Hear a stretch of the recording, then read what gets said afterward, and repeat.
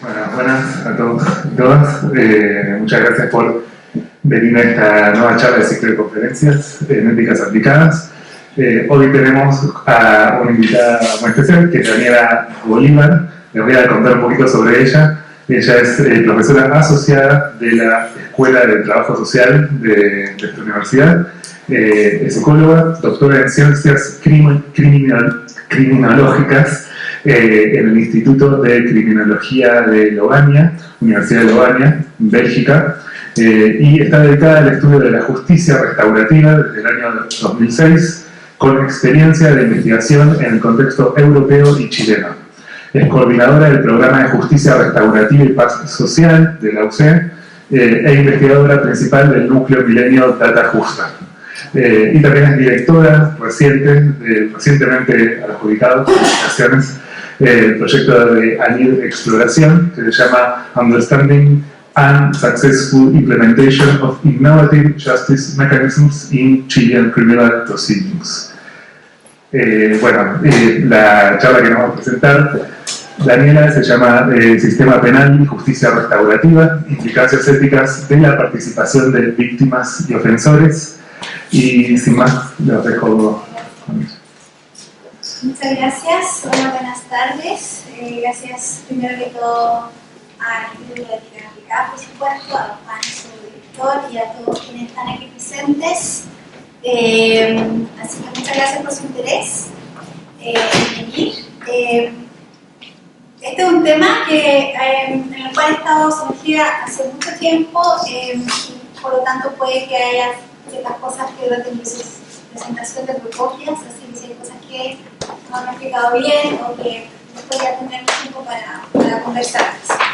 Mi presentación se sitúa en el contexto del ámbito penal, de los delitos, los daños a personas y en particular de un tipo de respuesta que se ha empezado a implementar en algunos países y ahora recientemente en Chile, que se llama justicia restaurativa.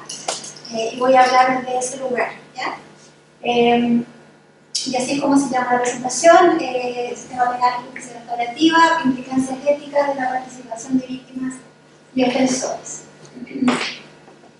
Voy a partir primero, puede ser, mi presentación la dividimos en dos partes. En una primera parte que lo que hago es definir qué es justicia restaurativa, para luego entender un poco cómo funciona, para luego pasar a una segunda parte que tiene que ver con la reflexión más de las dimensiones éticas.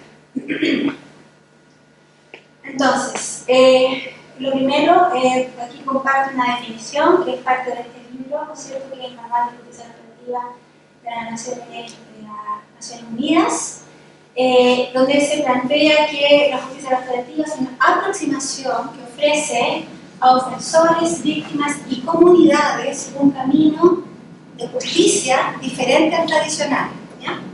Parte del reconocimiento que el delito no solo viola la ley, sino que viola también o daña, ¿no es cierto?, personas concretas con nombre y apellido y comunidades. Y esto a través de un proceso de participación de contexto seguro para las personas involucradas, ¿ya? Entonces, y aquí tenemos ya la primera diferencia con el contexto más bien funcional, ¿sí?, con el contexto judicial, y que tiene que ver que desde los sistemas penales tradicionales la perspectiva es que el delito se entiende como una infracción a una ley, y una ley que tiene que ver con una perspectiva ¿no es cierto?, que daña un principio de la vida común, y por lo tanto eso es lo que se sanciona. Acá se entiende que también afecta a personas por nombre y apellido y a comunidades. El surgimiento de la justicia restaurativa parte de distintos puntos de globo al mismo tiempo, parte de reflexiones más teóricas, conceptuales, de criminólogos, pero también parte de movimientos feministas, también parte de prácticas que empiezan a producirse en algunos países como Nueva Zelanda, como Canadá, donde también hay influencia de tradiciones indígenas, tradiciones de justicia más de tipo indígena. Y básicamente algo que va uniendo todos estos movimientos tiene que ver con una crítica a un sistema penal que tiene varias dificultades. Por un lado, un sistema penal que el que todos conocemos, ¿cierto?, defensor, fiscalía, digamos, constitución de definir los hechos que constituyeron delito y luego una sanción.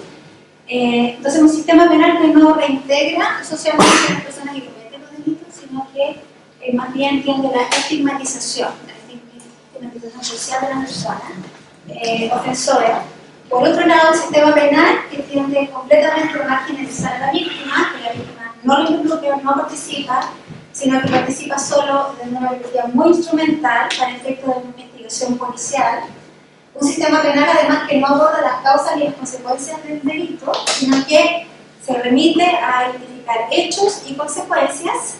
Y por último, también algo que tiene que ver directamente con la manera en que el sistema penal funciona, en la falta de confianza en las instituciones judiciales por parte de la ciudadanía. Y eso es algo que, al menos en Chile, lo estamos viendo con mucha claridad en los últimos años. Algunas características de los procesos de justicia restaurativa, y yo espero ir haciendo esto más concreto para que no quede tan abstracto. Primero, son procesos que están centrados en el daño, significa que nos concentramos en identificar los daños que un delito ha causado a personas concretas, a entender esos daños y entender también las necesidades que han producido esos daños. Segundo, procesos que son 100% voluntarios, que no pueden ser impuestos ni obligados, sino que son voluntarios por parte de las personas que se involucran en él. Tercero, un proceso que es participativo, donde hay un tercero que facilita este proceso de comunicación que se va a producir entre los participantes. Hay un tercer elemento que tiene que ver con el diálogo y con la posibilidad de centrarnos, ¿no es cierto?, en el uso de comunicación entre las partes. Eso también es otra diferencia en el sistema penal. El sistema penal tiende a separar, víctimas por allá, ofensores por acá, incluso en el lenguaje, ¿no? Separamos, acá integramos, generamos diálogo. Y tenemos también otra característica que tiene que ver con los resultados restaurativos, y básicamente a lo que se refiere a esto es que un proceso restaurativo va a ser restaurativo en la medida, o sea, el resultado de un proceso restaurativo va a ser restaurativo en la medida que efectivamente responde a un proceso que cumple con las características restaurativas. Por lo tanto, no son resultados que son impuestos por profesionales, por ejemplo, sino que emanan del mismo proceso de diálogo en el cual las personas se han involucrado. Y también son procesos donde, ya sea por las mismas personas de la comunidad que podrían involucrarse en estos procesos de diálogo, o el entorno, digamos, que está más directamente vinculado a las personas que participan de los procesos restaurativos, apoyo también para la reparación por parte de la víctima y de la reinserción social de la persona que comete la ofensa. Algunos de los valores y principios de la justicia restaurativa, no los voy a mencionar todos porque son muchos, pero quisiera poner el acento en el valor de la reparación, que tiene que ver con esto de reconocer el daño, focalizarse en el daño, y la restauración de este daño emocional, físico y material. De la voluntariedad, como decíamos antes, que tiene que ver con el consentimiento informado, de entender, digamos, de qué se trata, el proceso en el cual las personas se están involucrando. Y aquí es muy importante entender también que sobre la evidencia ha demostrado que la voluntariedad en un proceso restaurativo es un proceso, no es un momento único. Las personas pueden ir decidiendo paulatinamente en el proceso de qué manera se quieren ir incorporando. Y por otro lado, el tema de la responsabilización, que tiene que ver con de qué manera la persona que ha cometido la ofensa reconoce el daño causado y toma responsabilidad activa de lo realizado, es decir, es capaz de decir yo sí hice esto, me doy cuenta de los daños que te he causado y tomo acciones y voy a hacer estas acciones para reparar este daño que te he causado a ti. ¿Cómo se implementa esto en la práctica para irlo haciendo más real?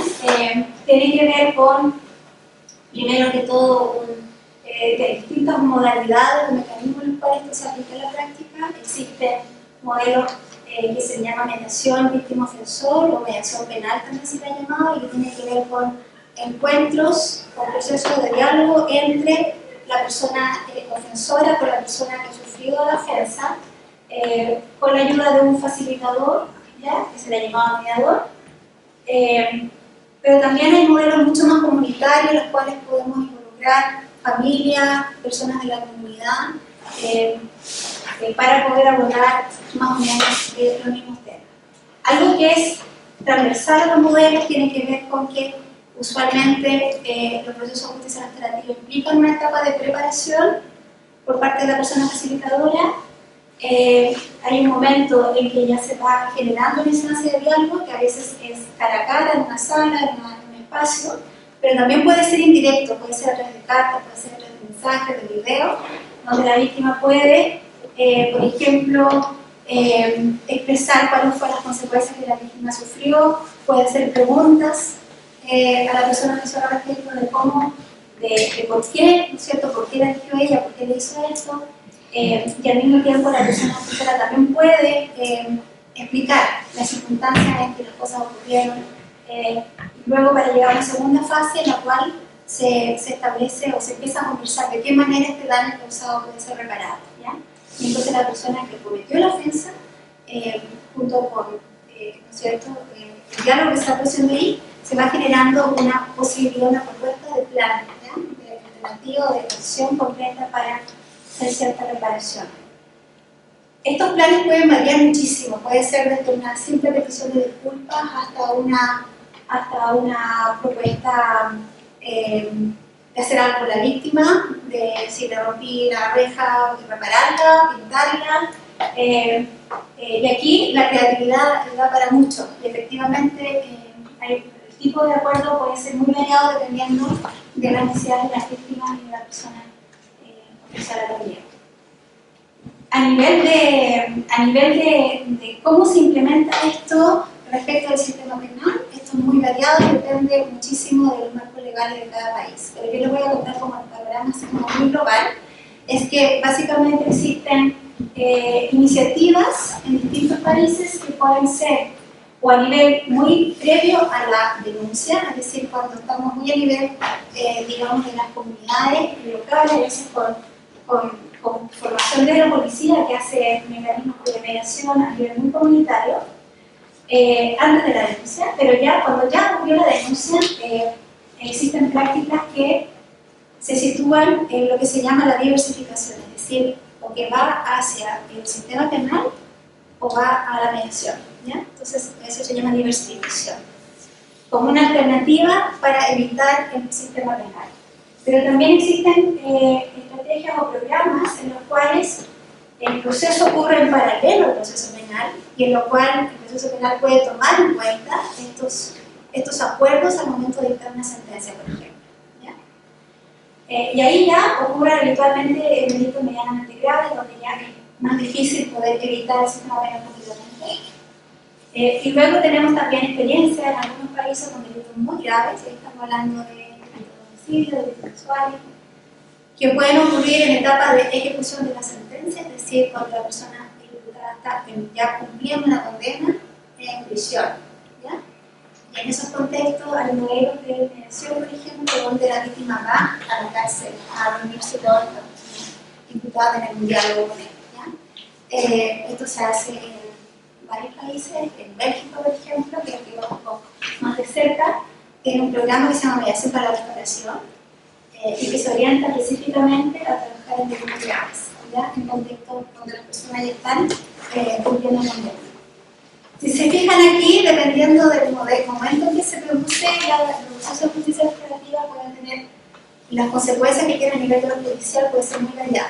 Entonces podemos tener procesos de justicia restaurativa con un alto impacto en el proceso judicial, es decir, que se evita totalmente el proceso judicial, versus otros que pueden darse a nivel de ejecución de la sentencia, donde no hay un efecto judicial, no hay ningún efecto judicial, ¿ya? Y si pudiera tener algún efecto, porque ya la sentencia ya está, la condena también, y si hay algún efecto, podría ser eventualmente en ciertos beneficios carcelarios, pero eventualmente podría incluso llevarse a cabo programas, estrategias donde simplemente por definición no hay ningún impacto, y lo único que se busca es el espacio de diálogo entre las personas. Ya, sí, muy bien. Muchas gracias. Tenemos, ¿por qué la aplicamos? Porque hay mucha evidencia que soporta y apoya la justicia restaurativa. Obviamente hay bastantes discusiones todavía vigentes respecto de problemas metodológicos que uno puede encontrar en algunas evaluaciones o estudios que se han realizado, pero en general hay incluso en estudios de tipo cuasi experimentales o incluso ya en todos los estudios experimentales que se han realizado en un par de países donde se han encontrado beneficios tanto para la persona ofensora como para la persona víctima desde el punto de vista de la reinserción social y de la reparación del daño. Esta reparación del daño, y quisiera, bueno, eso lo podemos explicar más adelante también, o conversar más adelante, no tiene necesariamente que ver con la eliminación de los efectos psicológicos de la violencia sufrida, sino que tiene que ver más bien con lograr recuperar una experiencia más positiva respecto también del mecanismo mismo de la justicia, ¿ya? Y ahí se habla que uno de los efectos que se ha encontrado más transversales a las partes es la sensación de justicia, la sensación de que se hizo justicia o se experimentó un proceso justo a través de la participación en justicia restaurativa. Y hay naturalmente modelos teóricos, entre otros, y nombre dos que son, me parecen los más importantes, que también le da sustento teórico a lo que sucede tanto con las víctimas como con las personas infractoras. Esto es simplemente un ejemplo de algunos programas que existen a nivel mundial. Yo aquí quería simplemente, bueno, un montón, Bélgica, Irlanda del Norte, Australia, Inglaterra, pero también en Latinoamérica tenemos un ejemplo muy relevante. Y en ese sentido también quería poner especial atención en que ya ha habido movimiento en Latinoamérica, en Iberoamérica, donde las asociaciones de fiscales, de fiscalía, las asociaciones de defensoría y también del Poder Judicial a nivel iberoamericano se han puesto de acuerdo para definir a qué le van a llamar justicia restaurativa y cómo deben promoverla en los distintos países, especialmente en el contexto de justicia juvenil, por ser un modelo que cumple varios requisitos, ayuda a la reinserción, por lo visto, más que el sistema penal tradicional, claramente, y además es mucho más respetuoso con los principios de los derechos del niño desde el punto de vista de la justicia juvenil. Entonces, algo que es una reflexión un poquito más amplia, ¿no? Me gustaría ahora respecto a la reflexión, ¿no? Respecto a las dimensiones éticas de aproximación. Tal vez la reflexión más obvia, ¿no? Tiene que ver con el concepto de justicia y cómo entendemos justicia. Y la verdad es que justicia en general aprendemos, ¿no es cierto? Tiene que ver con normas, con leyes y con mecanismos de los cuales nosotros aplicamos para ¿cierto? Cuidar el bien común y establecer sanciones para cuando alguien no cumple esta dimensión. Ahora, evidentemente, que hagamos algo que apliquemos la justicia o que apliquemos las leyes, ¿no es cierto?, que están a la base de nuestro sistema policial, en este caso, no necesariamente siempre implica una aplicación ética, ¿no? Y tenemos varios ejemplos en los cuales podemos hacer implementaciones como éticas de la justicia, ¿no? Como hacemos algo moralmente incorrecto, pero legalmente correcto porque tenemos un vacío legal, o el hecho, por ejemplo, que como decíamos antes, recordado por ciertos procedimientos penales, las víctimas, según el Código Procesal Penal, las víctimas pueden prestar, y eso ocurría hasta hace poco con los niños, hasta 7-8 veces en promedio declaraciones en el contexto penal porque necesitaban tener la evidencia de la fuente, ¿ya? Entonces acá tenemos esta dimensión, ¿no? ¿Qué es lo que significa una justicia que también es ética? En ese sentido, esto es algo que cada vez que me ha tocado mucho participar en capacitaciones, en formaciones para funcionarios, profesionales que trabajan con este enfoque, y algo que generalmente uno trata de transmitir, y algo que también la evidencia avala, es que los resultados restaurativos van a ser satisfactorios, los procesos van a ser satisfactorios para las personas participantes, es decir, para víctimas y para ofensores, en la medida que cumplimos con los principios y valores que hemos dicho antes. Está súper establecido y súper estudiado que cuando tenemos procedimientos que no cumplen con estos principios, no respetan estos valores, como el principio de la neutralidad, por ejemplo, el principio de la voluntariedad, tenemos mayores riesgos, tenemos mayores riesgos de generar productos insatisfactorios para las personas o generar incluso experiencias negativas para las personas. Entonces, lo que quiero decir con esto es que en el contexto de la justicia restaurativa, la aplicación ética, la aplicación técnica es una aplicación ética y no puede desprenderse de eso, ¿ya? Sino que la intervención y la técnica de la facilitadora, por ejemplo, en concreto, tiene que ser elaborado estos valores y principios que forman parte central y el corazón de lo que es la intervención en la justicia restaurativa. Y ahí podemos encontrar como distintos tipos, ¿no? De lo que hemos llamado distintos tipos de misiones de la ética, ¿no? Como la ética del cuidado, que tiene que ver con cómo generamos intervenciones o relaciones donde nos preocupamos de las necesidades de la otra persona. Ética relacional, donde trabajamos, ¿no es cierto?, en función de nos relacionamos con el otro en pos de cuidar su dignidad. Eso para todas las personas involucradas. La ética de la responsabilidad, ¿no? Que aquí también tiene que ver con cómo me hago cargo de mis hechos, de las cosas que hago,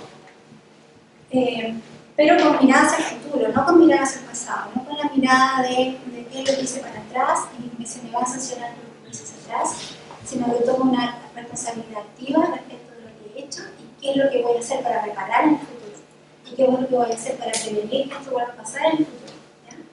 Entonces, con foco en el futuro y con foco en los recursos y las competencias de las personas para poder trabajar en ello. Y si se fijan, estos principios se combinan, porque la responsabilidad también tiene que ver, en este caso, es una responsabilidad que se asume desde una ética de cuidado y una ética relacional, es decir, que aquí hay un principio muy sustantivo en la forma de abordar la justicia restaurativa que tiene que ver con que podemos, por decir así, reprochar el hecho, pero no la persona.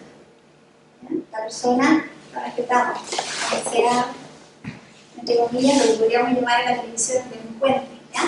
A la persona la respetamos su dignidad y creemos, honestamente, en sus competencias y en sus capacidades para resolver, para hacer algo por el otro. Y esto nos trae varias preguntas. Tengo el reloj que me está mirando, entonces sé que no me puedo extender demasiado. Tengo varios temas, hay muchos temas que uno podría abordar de discusión desde la justicia restaurativa. Voy a tratar de poner énfasis en algunos que me parecen más claros. Uno tiene que ver con cuál es el sentido de la institución de justicia, cuál es el objetivo que tiene. Uno sabe, cuando está ya trabajando tantos años con abogados, uno aprende que el sentido de la justicia, del sistema penal en particular en este caso, tiene que ver con cierto nivel de prevención, pero lo que llaman prevención tiene que ver con, primero, esto de la disuasión, ¿no? De que si sé que hay un castigo, entonces no lo voy a hacer. O la prevención desde el punto de vista de la incapacitación, porque si me hago viejo en la cárcel, tampoco voy a seguir delinquiendo, ¿no? Etcétera. Pero también obviamente con programas de rehabilitación que se hacen, ¿no es cierto?, en contextos carcelarios, pero que están dentro de una lógica de castigo que es muy contradictoria, ¿no?, con el marco general en el cual está inserto, sin mencionar todas las dificultades que hay para que las personas tengan acceso a los programas de rehabilitación. No todas las personas pesadas tienen acceso a los programas de rehabilitación, hay ciertos perfiles, hay ciertos grupos que se priorizan, entonces un tema de recursos públicos, entonces vamos a achicar un poco de a quiénes podemos dar rehabilitación y entonces, ¿cuál es el sentido de la institución de justicia? ¿Qué tienen que hacer? Entonces, cuando uno le pregunta al fiscal, dice que, bueno, mi labor es perseguir el delito, ¿eh? y lograr la mayor cantidad de condenas posible. Y el defensor te dice, como dicen ellos, sin defensa no hay justicia, es el logo de la Defensoría Penal Pública, y que tiene que ver con la defensa de los derechos y las garantías, todos objetivos que son relevantes, pero a la larga, ¿qué hacemos cuando tenemos, por ejemplo, una condena? Luego, ¿qué hacemos con esa persona? ¿Qué pasa con esa persona? ¿Qué pasa con esa víctima? ¿Cómo nos hacemos cargo de resolver además la problemática que hay más de fondo? Y ahí está el segundo punto que tiene que ver con la tensión entre la dimensión pública y la privada. Tenemos la dimensión pública del delito, por la cual el Estado tiene que tener un rol, un papel, pero también hay personas con un ley apellido que se van a afectar. ¿Cómo podemos combinar estos dos niveles, ¿no? Hay un profesor que siempre hablaba del rol vertical de la justicia restaurativa, ¿no? Como los procesos de mediación, por ejemplo, son como microespacios de participación democrática, donde las personas toman decisiones respecto de elementos que son altamente relevantes para su vida, pero que pueden comunicarse con el nivel de la autoridad a través del acuerdo, por ejemplo, y ese acuerdo se ha tomado en cuenta con una decisión que es más institucional, donde se toma en consideración esta dimensión más amplia, ¿ya? En fin, hay distintos mecanismos que se han tratado de abordar esa dimensión más pública, incorporándolo a los procesos también, como por ejemplo la participación de un policía. ¿Ya? En Nueva Zelanda hay un policía que participa del proceso de conferencia familiar, pero no habla, sino simplemente está presente como una manera de recordar que hay una dimensión pública involucrada en esta conversación. ¿Ya? El rol de los ciudadanos en la búsqueda de justicia y la prevención de la violencia, y aquí es un tema súper central porque algo que hemos aprendido de los pilotos de justicia restaurativa, los que me ha tocado conocer, es que el problema mayor y las dificultades mayores de implementación no vienen de los usuarios mismos, sino de los profesionales, que nos cuesta entregar, ¿no? Nos cuesta a los profesionales, los psicólogos, por ejemplo, para hablar de lo propio, no se lo culpa a nadie más. Por ejemplo, tendemos a ser, sobre todo bien que trabajamos con víctimas, tendemos a ser muy sobreprotectores con las víctimas. Decimos, no, ¿cómo le va a decir eso? Porque le va a hacer mal, le va a hacer daño. ¿Cómo le vamos a ofrecer hablar con la otra parte? Era una crítica que se hacía mucho desde los programas de apoyo a víctimas en Europa, por ejemplo, cuando esto empezó a tomar más fuerza. Y de hecho estaba escrito en la página web. En la página web decía que eventualmente la oferta de justicia restaurativa puede ser dañina a la víctima, ¿ya? De una perspectiva muy paternalista, ¿ya? Eso la evidencia lo ha ya descartado. La pura oferta no es dañina, al contrario, las víctimas valoran la posibilidad de decidir, aunque lo rechacen, ¿ya? Aún rechazando valoran la posibilidad de decidir. Entonces, ¿qué rol le vamos a dar a los ciudadanos en la resolución de sus propios conflictos y qué rol estamos dispuestos los profesionales a dar a los ciudadanos en esa labor? ¿Ya? Yo sé que me faltan 5 minutos y me queda mucho por decir, entonces solamente voy a decir dos cosas. Una, yo veo como implicancias éticas en dos grandes niveles. Un nivel que tiene que ver como más institucional y que tiene que ver con la forma en que implementamos estos procesos, qué tanto abrimos o cerramos la puerta de entrada para estos procesos, y cómo implementamos estos procesos, que ya dijimos que la atención a los principios que era fundamental para los resultados. Cuando los hacemos mal, el riesgo no solo es que nos resulte, sino que hagamos más mal que bien, ¿ya? Entonces a nivel institucional, más macro, ¿cómo estamos dando? Sabemos que tiene evidencia positiva y no generamos necesariamente el espacio para que estas prácticas se utilicen más abiertamente, más masivamente, por así decir. En nuestra legislación chilena hemos decidido en justicia juvenil que los jóvenes que van a participar de esto son así, muy específicos, porque tienen que cumplir un montón de requisitos, tienen que no tener antecedentes penales previos, tienen que haber cometido a un cierto tipo de delitos solamente, entonces está súper restringido qué tipo de joven puede participar en este tipo de iniciativa, ¿ya? En la dimensión penal. Entonces, ahí estamos generando una política, ahí estamos tomando una decisión, ¿ya? Y hay ciertos también, ¿no? Profesionales, de los profesionales, de la mente profesional, no solo de los abogados, sino también de los psicosociales que trabajamos en esta ámbito. Y hay muchísimos desafíos éticos, tanto para los facilitadores como para los participantes.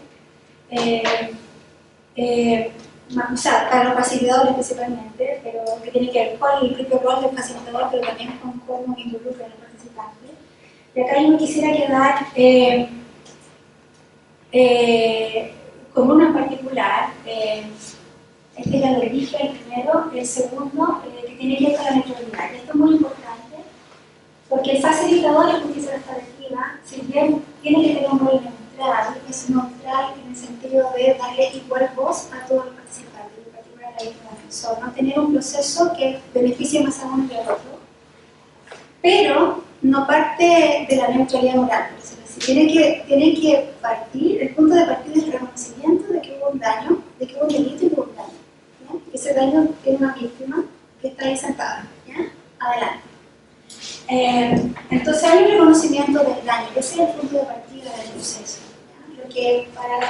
Lo que hace la gran diferencia entre procesos de mediación en este ámbito como mediación en familia, mediación en materia civil, mediación comunitaria. Partimos de ese daño.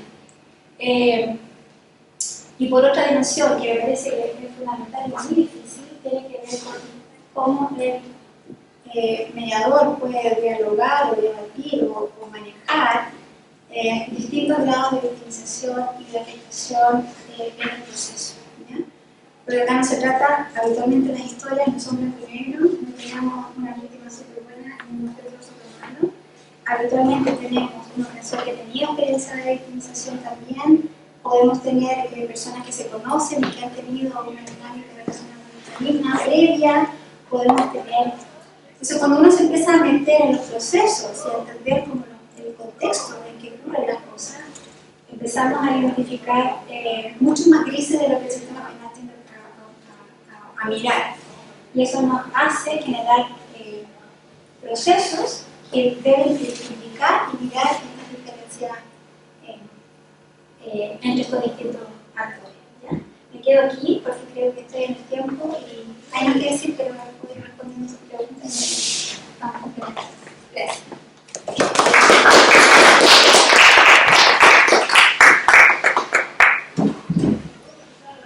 Bueno, tenemos ahora un rato para preguntas. Juan. Bueno, muchas gracias. Una fiera con el tiempo.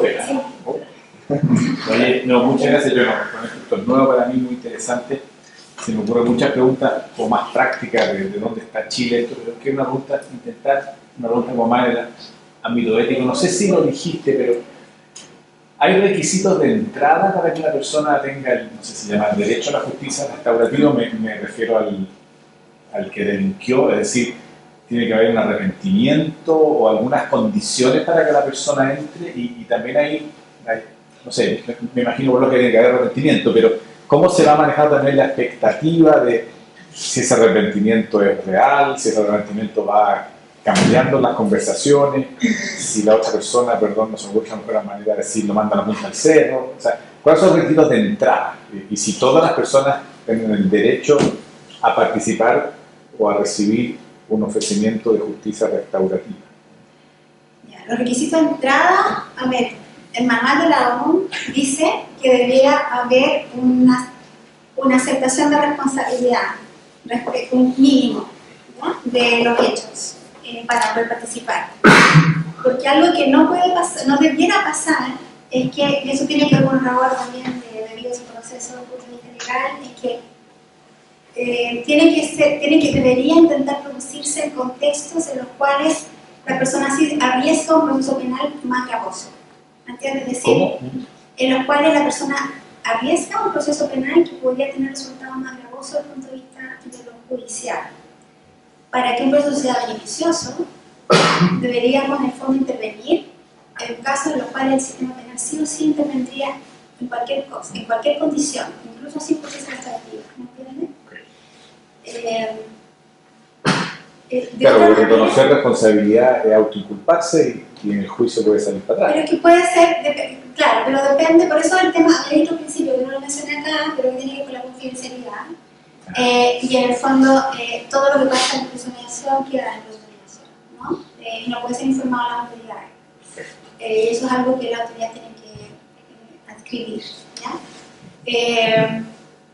Ahora, sí tiene que haber un inicio de responsabilidad en el sentido, por ejemplo, nosotros tuvimos un caso en que el joven decía, yo sí, estuve ahí, fue como bien vaga pero nunca rechazó y participó del proceso, y participó incluso del proceso de responsabilización sin nunca decir, sí, yo fui el que tomé, yo fui yo el que abrí tu auto y saqué esa pieza, nunca le dijo eso, pero sí dijo que había estado, y ya con eso como que se trabajó desde ese supuesto básico, ¿no? Ahora, y bueno, y en principio también tiene que ver con que no puede utilizarse esto para procesos penales y todo lo, o sea, en el caso que no funcione, ¿no? No puede utilizarse como para afectar, entonces de ahí el tema de la mujer sería importante. Pero hay otro tipo de delitos en los cuales el tema de la responsabilización es un poquito más podría ser más difícil y en el fondo depende mucho del match que haga con la otra parte. Por ejemplo, casos de violencia sexual. Han habido casos, ¿no? En los cuales está escrito en la literatura y también en los cuales me ha conocer por mi trabajo de investigación, en los cuales la persona reconoce que tuvo relaciones con alguien, pero no admite que fueron en contra de su voluntad. ¿Me entiendes? Entonces hay un reconocimiento bastante impactante, ¿cierto? O sea, reconoce que algo sucedió, pero no que hubo una intención o que fue en contra de la voluntad de la otra persona. Entonces el facilitador, la tarea que tiene es que se da vuelta hacia la víctima y le dice, bueno, este es el escenario, la persona esto es lo que está reconociendo. Porque además esto significa que la persona tendría que dar autorización al mediador para llevar esa información para el otro lado. Esto tiene que ser completamente transparente. Todo lo que el facilitador comunica para allá y para acá tiene que ser transparente para ambas partes. Y la víctima puede decir, no, sabes que sí, no me interesa. No me interesa juntarme con el otro porque yo necesito que reconozca que... Pero otra persona podría decir, sí, sabes que igual quiero ir a conversar con él porque quiero yo contarle que no fue contra mi voluntad. Yo quiero ocupar este espacio para decirle de qué manera fue contra mi voluntad. Porque yo tenía 14 años, era joven, no sé qué, me siento una niña. Entonces el proceso mismo ayuda a promover un paso más de responsabilización, ¿se entiende? Pero eso en el fondo tiene que ver también cómo se va haciendo el match entre lo que ambas partes quieren y cómo el facilitador va ayudando en ese proceso. Y finalmente, y ahí hay una autora que me gusta su expresión, ella habla de fuerza gravitacional. Y dice que en los procesos de responsabilización, cuando está la víctima directa presente, tiene una fuerza gravitacional mucho mayor a que si fueran de manera indirecta o que si fueran, digamos, por víctimas subrogadas, que también existen modelos de víctimas subrogadas, en lo cual no está la persona que yo asalté directamente, pero hay otra persona de asalto, que es un salto muy parecido al que yo hice, pero no es la misma víctima, ¿ya? Y bueno, eso también puede tener un paso de responsabilización, pero al parecer la que genera más fuerza la gravitacional es la víctima directa, ¿ya? Pero entonces se espera que el proceso también ayude a promover mayor responsabilización en el proceso de diálogo, o sea, que sea el proceso de diálogo el que ayude a un mayor proceso de responsabilización. No sé si te explico. Sí, muchas gracias. Ahora, quienes tienen derecho y acceso depende de la legislación en cada país y, como decían, en nuestra legislación está muy restringido, lo que representa un problema, en modo de ver, porque nos limita mucho aprovechar la potencialidad que tiene este mecanismo. Muchas gracias. Sí.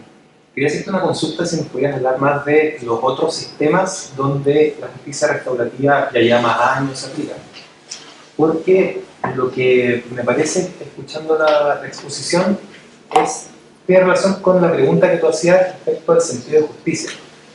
Porque si el sentido de justicia, por ejemplo, acá sería preventiva o retributiva, si al delito se lo castiga, el problema de la justicia restaurativa tendría que ver con que, en el mejor de los casos, cuando se aplica, claro, es el lado más humano, se restableció la víctima con el ofensor, muy bien.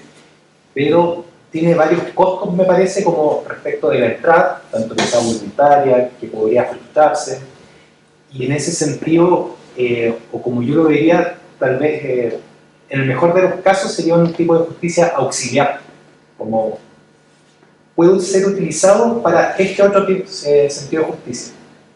Y entonces la pregunta sería si es que en esas otras experiencias hay medición de tal vez el porcentaje en que esto se aplica, o no sé, en Bélgica todo está pensado en justicia restaurativa y accesoriamente a castigar. Sí, es que, mira, te voy a hablar de otro ejemplo, ¿ya? Que es Irlanda del Norte. Irlanda del Norte tiene aplica un modelo más comunitario, más de conferencias familiares, en justicia juvenil. Y lo que ellos hacen es que la justicia restaurativa es la puerta de entrada, sí o sí. El juez y el fiscal tienen la obligación de ofrecerla. La persona no tiene la obligación de aceptarla, pero ellos tienen la obligación de ofrecerla, ¿ya? Y eso significa que ya no es marginal, sino que está en el centro. Y cuando eso falla, pasamos a la segunda fase, ¿no? Que es la justicia más tradicional. O puede también funcionar, como decía antes, de manera complementaria. Entonces, acá lo relevante tiene que ver con cuál es el primer punto que queremos lograr. Hay un profesor que hablaba una vez de un modelo, se aplica un modelo, no es esto que estoy diciendo, sino otro que se llama círculos de apoyo y círculos de apoyo y reconocimiento, creo que se llama, no me acuerdo la sigla en español. Es un modelo que se aplica para personas que han sido condenadas por delitos sexuales reiterados, ya de esos que están en la lista negra, digamos, en Estados Unidos, ¿no? Que llevan, no sé, 20 años en prisión y salen de la prisión. Entonces se generó un modelo para poder acompañar a estas personas que salen de prisión con un enfoque restaurativo. Significa que generan un grupo de apoyo que lo va acompañando de manera voluntaria, las personas solamente se pueden inscribir de manera voluntaria, para que vayan siendo acompañados por este grupo de personas por un periodo largo, a veces años después de la salida de prisión. Y ahí, bueno, los principios que rigen, esto de que ninguna persona digamos, se puede botar a la basura, ¿no? Todas las personas merecen un apoyo, un trato digno. Desde esa lógica es que se construyó este modelo, y él decía, ¿no? Que claro, los efectos de ese modelo en las personas de abusos sexuales reiterados, según los estudios, no era especialmente mejor que los buenos tratamientos psicológicos, pero él decía, pero también depende del tipo de sociedad que queremos construir. ¿Entienden? Entonces, en el fondo no tiene que ver solo con el mecanismo de si resulta o no resulta, sino que también cuál es la lógica de justicia que tenemos detrás y cómo estamos generando procesos en que a la vez de responder a los delitos y de manera adecuada, también estamos siendo capaces de construir tejido social, ¿no? Construir cohesión social en vez de afectarlo más, ¿no? Obviamente que aquí tenemos que tomar en cuenta que hay contexto y contexto. Si hablamos de crimen organizado, vamos a estar hablando de otro escenario que es más difícil, obviamente, pero por ejemplo se han empleado procesos de justicia restaurativa con jóvenes radicalizados en Europa, se han empleado justicia restaurativa con ex miembros de grupos terroristas. En el caso del País Vasco, por ejemplo, se utilizó un ex miembro ETA, que estaban en prisión y que estaban ya en un proceso de vincularse ideológicamente de ETA y que se encontraron con sus víctimas, hablaron con ellas. Y hay un libro súper bonito de la experiencia de ese programa que se llama Los Ojos del Otro, ¿ya? Entonces, también tiene que ver con qué es lo que queremos construir, ¿no? Y hacia dónde vamos. Entonces, solamente para contarles, completar esa idea, es que la jueza que vio la audiencia del video que les mostré es una jueza que no sabía de esto hasta los 2 días antes, que fuimos y le contamos, mire, vamos a hacer esto va a suceder en 2 días en su tribunal, una jueza de garantía, y ella luego participó en un seminario que nosotros invitamos y dijo cosas brutales. O sea, lo que dijo fue: los jueces de garantía somos una máquina para el carne, no nos preocupamos de las personas, aplicamos procedimientos de manera organizada, no tenemos idea de quiénes tenemos al frente. Esta experiencia, o sea, había sido como un cambio que le había abierto los ojos respecto de lo que significaba su labor como jueza. O sea, fue un speech que fue muy impresionante. Creo que también muy honesto respecto de cómo ella había repensado su labor en el marco de esta experiencia. Entonces, yo sé que puede ser experiencia muy pequeña, porque es como ir muy casito a casito, persona a persona, pero también uno va generando un discurso más general, con los mismos operadores judiciales, donde se puede ver a la víctima de otra manera, la víctima ya no tan como frágil y vulnerable, como una de las puntos que también tenía allí, como nosotros combinamos esto de la vulnerabilidad que vemos en algunas personas versus la posibilidad de ver sus capacidades y sus potencialidades, ¿se entiende? Entonces, creo que también hay allí un potencial, ¿no? que puede ser un poco más transformador, aunque obviamente, bueno, también hay que ser realista, pero en sentido... Y yo lo pude ver, el otro que yo tenía la oportunidad de participar, que ha sido 2, he podido ver que eso también genera un microclima, digamos, en la fiscalía donde trabajaba ahí, con una capacidad de poder ver el caso y no ver el indicador propio. No ver mi resultado, yo tengo que ganar este caso porque eso me da un punto para mi evaluación de desempeño y luego para mi bono. Pero sí hubo la capacidad de poder ver el caso y la objetividad del caso detrás del número, digamos, y eso creo que va generando un discurso muy positivo. Bueno, yo me voy a autoadjudicar un turno para hacer una pregunta.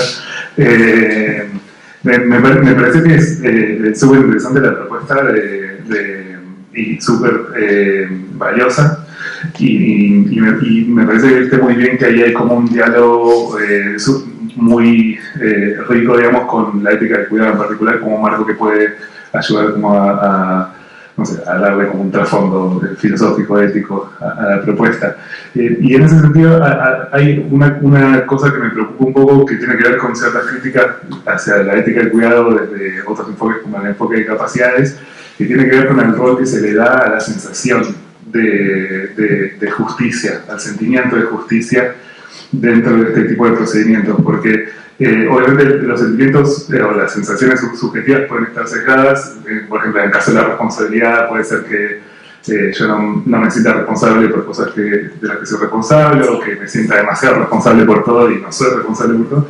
Y en el caso de la justicia parece poder haber un riesgo parecido en el que justamente desde las preferencias adaptativas, personas que creen que no merecen cosas que sí merecen, o al revés, no sé, situación como cultura de la cancelación, donde a veces empezamos a ver injusticia en lugares donde tal vez no lo haya. Entonces, si ustedes se encuentran con un sentido de justicia que intuyen que está desbalanceada en algún sentido desde el punto de vista psicológico, ¿cómo se aborda eso? ¿O se lo toma a face value, digamos, como, bueno, ok, tenemos que trabajar con este sentido de justicia, o hay alguna manera de dialogar sobre eso? Sí, una buena pregunta. De hecho, por supuesto que hay riesgo en eso.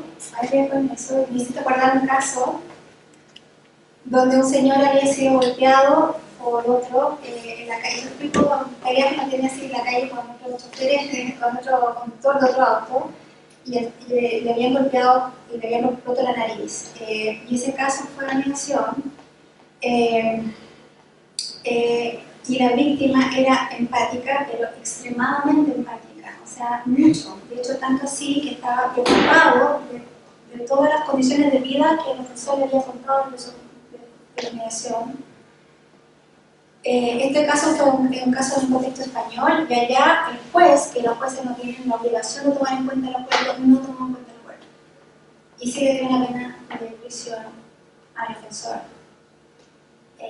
Y eso para la víctima fue muy dañino, o sea, fue muy doloroso, porque tenía la expectativa de que también estaba ayudando al otro en su proceso personal al participar en justicia restaurativa. Entonces, Por supuesto que pueden haber este tipo de riesgos, ¿no? Como dices tú, de esta crítica en el sentido de que las sensaciones, las emociones pueden tener distintos énfasis, que uno podría incluso cuestionarlos. Pero ahí creo que es fundamental, y por eso es tan delicado el trabajo del facilitador, porque de alguna manera el facilitador que tiene que despejar las motivaciones, despejar las expectativas, despejar, ¿me entienden?, las intenciones detrás. Hay un profesor que nosotros nos ha apoyado mucho, nosotros tenemos un programa de formación en mediación restaurativa acá en la extensión. Y este profesor siempre, yo trabajo con enfoque narrativo, porque en el fondo él plantea que para poder llegar a la necesidad de una persona necesitando realmente profundizar muchísimo su necesidad, ¿no? Ir detrás de lo que la persona en primera instancia te dice, ¿no? Y solo una buena evaluación inicial puede ayudarte a identificar cómo están los riesgos del proceso, ¿ya? Un buen facilitador debería darse cuenta de eso y poder abordarlo a tiempo, ¿se entiende? Y ahí nos encontramos con el problema de la calidad de la intervención y la calidad de la función, que puede ser un problema. Claro, bueno, estamos apenas pasaditos del tiempo. ¿Hay una pregunta más? Hacemos una pregunta más y... Sí, yo tenía la duda de si cuántos son intercambiables los tipos de mediación, porque tú hablabas como de mayor o menor eficacia, por ejemplo, desde lo gravitacional, pero me parece que desde el tipo de delito, quizás haya que ver el tipo de delito para definir el tipo de mediación que se realiza, porque en los casos de crímenes más violentos, de violaciones, yo creo que ahí aplican los procesos con víctimas subrogadas. ¿O lo ves tú igual como que independientemente del tipo de delito, es necesario, beneficioso que esté la víctima directa con su agresor? O sea, yo veo los mecanismos más como víctimas subrogadas para aquellos casos en los cuales no hay acceso a la víctima directa, ¿no? Porque también genera una inequidad cuando algunas personas, porque como es voluntario, algunas personas van a aceptar, otras no. Por lo tanto, podemos tener un joven infractor muy deseoso de realizar la acción, pero su víctima no está dispuesta y que se posponer, ¿no? Entonces, ese tipo de metodología permitiría ampliar esto a personas en las cuales no tienen la posibilidad de conversarlo con la otra parte. Pero hay otros modelos que se implementan así desde el principio, como que están diseñados de esa manera, ¿ya? Entonces, yo no me atrevería a decir que tienen que ver con tipos de delito necesariamente. Más bien yo creo que los modelos deberían adaptarse a los contextos también. Entonces tenemos situaciones que ocurren dentro del contexto comunitario, por ejemplo, en el contexto escolar. Un modelo más comunitario podría hacer más sentido que la mediación simplemente, ¿no? O mediaciones que vayan abordando distintos niveles del conflicto. Pero también depende mucho de las experiencias. Hay programas que han decidido, por ejemplo, en Noruega hay un programa que tomó la decisión de entrada de no hacer mediaciones directas, solo hacer directas. O sea, solo cuando las personas aceptan encontrarse cara a cara precisamente porque está súper comprobado que lejos el modelo que mejor funciona es ese, ¿no? Pero finalmente yo creo que todavía nos falta por saber exactamente cuáles son las variables que más influyen en estos resultados. Pero yo creo que acá la clave es que podamos adaptar o ser flexibles respecto a los diseños en relación a este tipo de casos, más que el tipo de eso. Bueno, muchas gracias, Daniela. Un fuerte aplauso.